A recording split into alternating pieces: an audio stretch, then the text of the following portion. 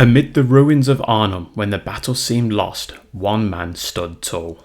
Major Richard Lonsdale, wounded, exhausted, yet unbroken. In a small Dutch church, he gathered the remnants of Britain's paratroopers, and with words of fire turned despair into defiance. They would become the Lonsdale Force, holding the line, fighting on, until the very end. At Arnhem, courage had a name. Major Lonsdale.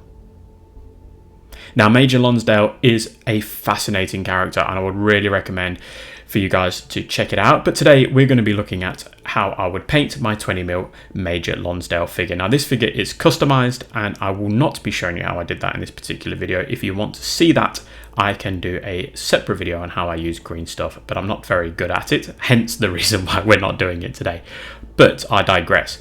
We are going to be looking at how I paint Major Lonsdale, but it's just a generic British Airborne tutorial, one of many of the channel. So stay with me. I hope you enjoy the video, and let's get looking at how I paint Major Lonsdale.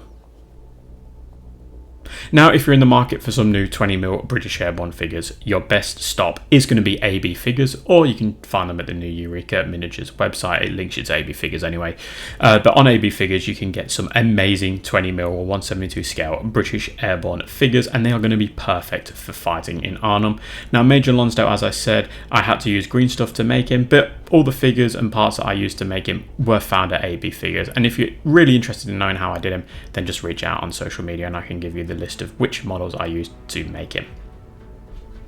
Now, to start off with, you want to prime your model in a light grey colour. So I'm going to use Tamiya Surface Primer Light Grey, which is a rattle can, and then I'm going to be giving the Denison Smock a coat of khaki. Now, I know if you're familiar with the channel, you'll know that I've used Middlestone in the past, and Middlestone is also really good to use as well.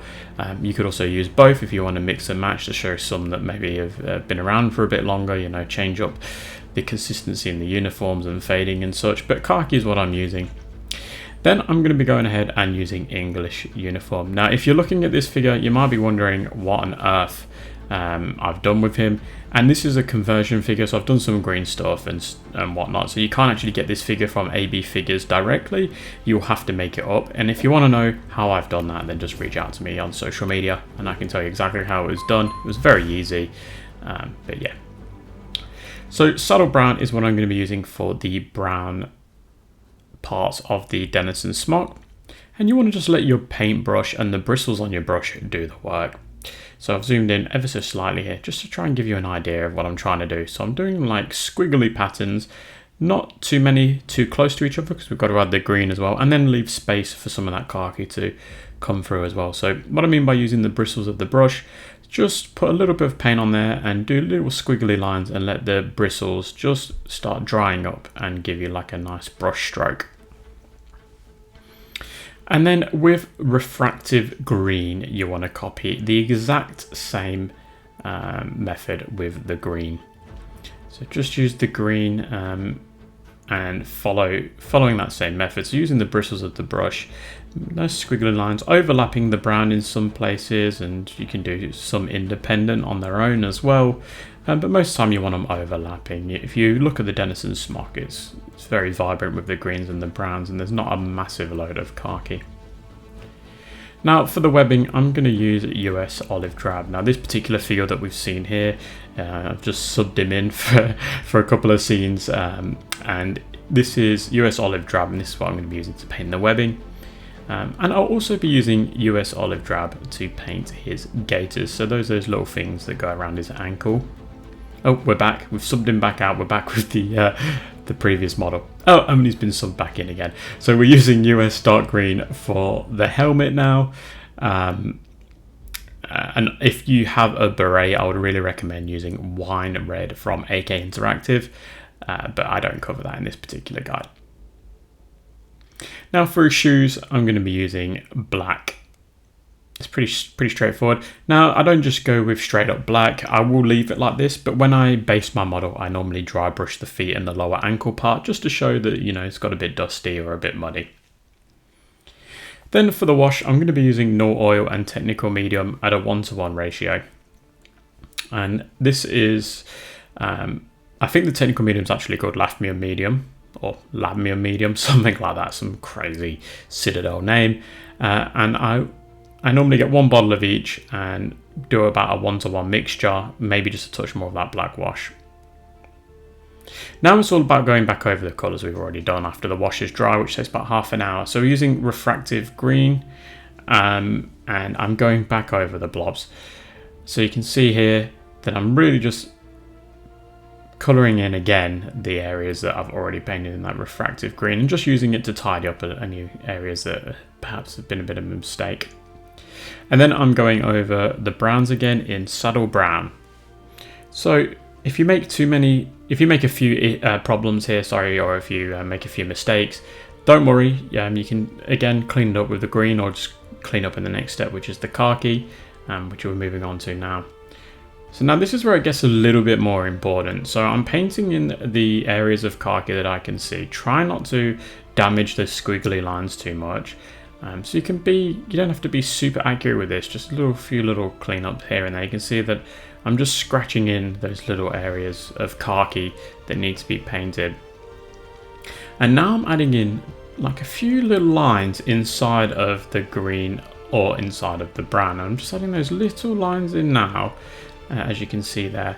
And then so I'd vary that across the uniform, and then I'm just going to start going on the outline of the smock and any other part of the smock that you feel the detail needs to pop.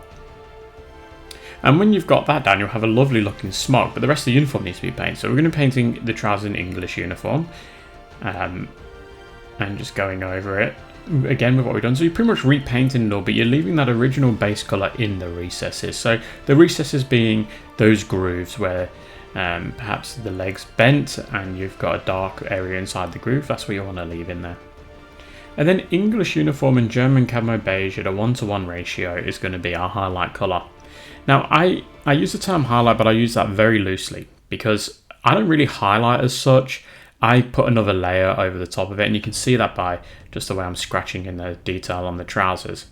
And yeah, it's just the way I like to do it. I'm not a big fan for like just a highlight on a more of like a cartoony highlight. I like to layer it in, make it look a little bit more realistic if I can. Now it's hard to see on this model, but I'm going over his webbing, the US olive drab. He's literally just got a belt, I believe. So you can't really see too much, as well as his gaiters as well. But yeah, the principle remains exactly the same.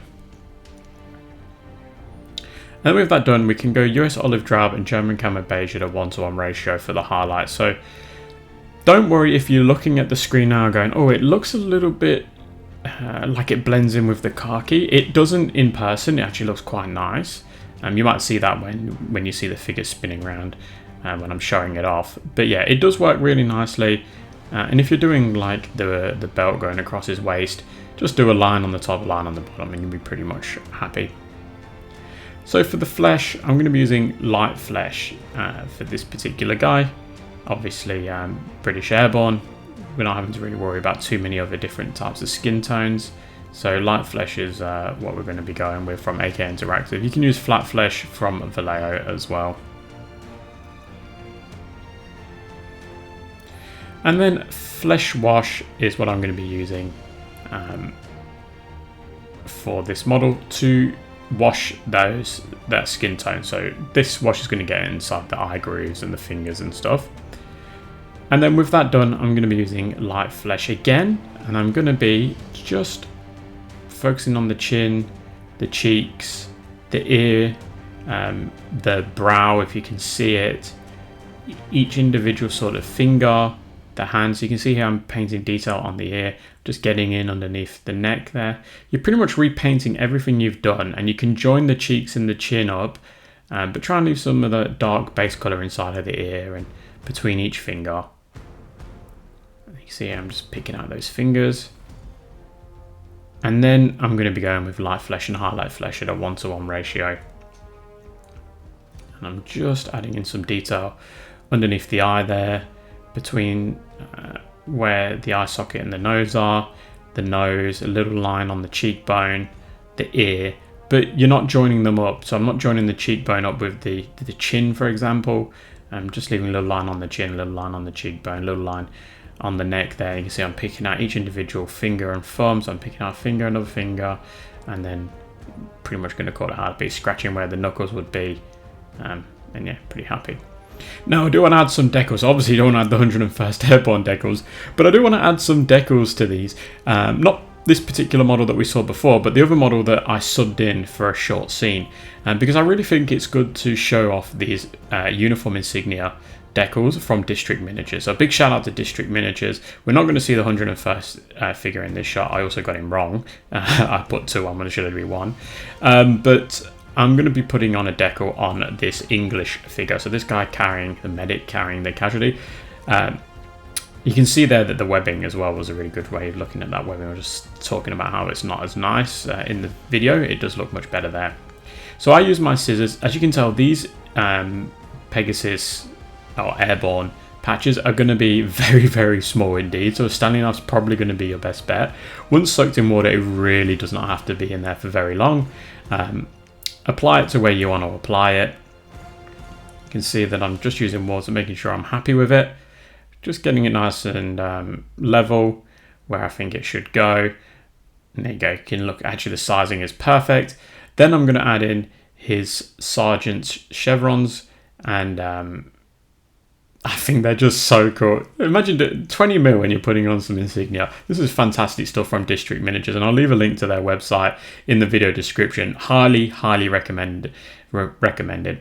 And then I use a bit of micro sol just over the top of it, just to let it melt to the surface, and then you can give it a varnish, just a flat clear varnish, and you shouldn't have any problems with it from there. So yeah, this is my little tribute to the anniversary of Market Garden. And you know me, if you know the channel, I love my Airborne, specifically my British Airborne. I'm just absolutely obsessed with them. I know I've got a million videos on British Airborne stuff, so I do apologise if you're hoping for something different. I just had to get this out there. It's only the right thing to do in my opinion.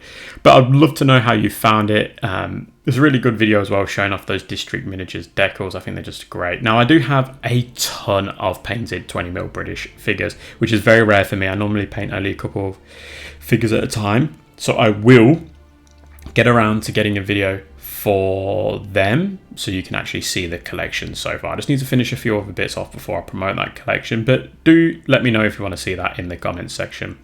A massive thank you goes out to my patrons and YouTube channel members, as well as Nick at Eureka for sending me these figures, and as always I can't forget my Panzer Aces. So that's Patrick, Oscar, James, Panzer Jim, Colin, Lack of Foresight Gaming, Mike, Mikey, Eric, Rothgar and Jonathan.